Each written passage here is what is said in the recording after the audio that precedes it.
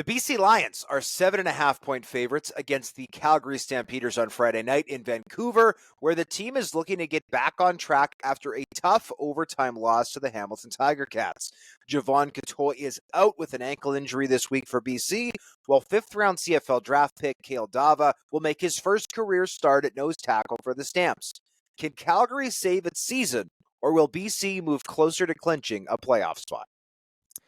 I think this is a victory for the Lions, and I think it's a relatively easy victory for the Lions as well. Now, I know Calgary beat them earlier in the season, and neither of these teams have looked great, but I think that the Stamps are a team in outright collapse right now, and I look at some of the holes on their roster, and they look gaping. As much as I love Bailey Devine Scott, a guy I worked with personally as a global athlete entering the CFL, is he a starting strong side linebacker in this league? Probably not. Brandon Dozier's injury hurts them badly in the secondary this week, I think, and the Lions are going to have enough to get past that. This may be the last game that BC wins this year. That would not shock me, but I think it is a victory for the Lions at home, and I think they cover the spread. I'm going to take the Lions to win. However, I am going to take the Calgary Stampeders to cover here. I think without Javon Catoy, he is a bit of a unicorn in this league at 6'5", 235 in the slot. He, I think, will allow the Calgary defense to play some smaller defensive packages.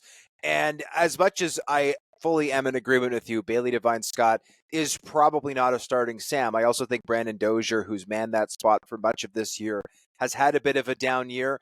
I also think that it'll be interesting to see how Kale Dava plays in place of Josiah Coatney. Coatney is bigger than Dava. However, Dava is a guy who went in the fifth round of the 2024 CFL draft, would have gone much higher if he wasn't coming off a season-ending shoulder injury that he suffered in his final collegiate season down south at Tennessee Tech. So I'm intrigued to see what the Stampeders can do coming back from bye. I agree this team does feel like a little bit of a rudderless ship right now.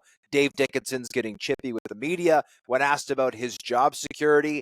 At the end of the day, I think that the Calgary Stampeders will win one more game this year to get to 5.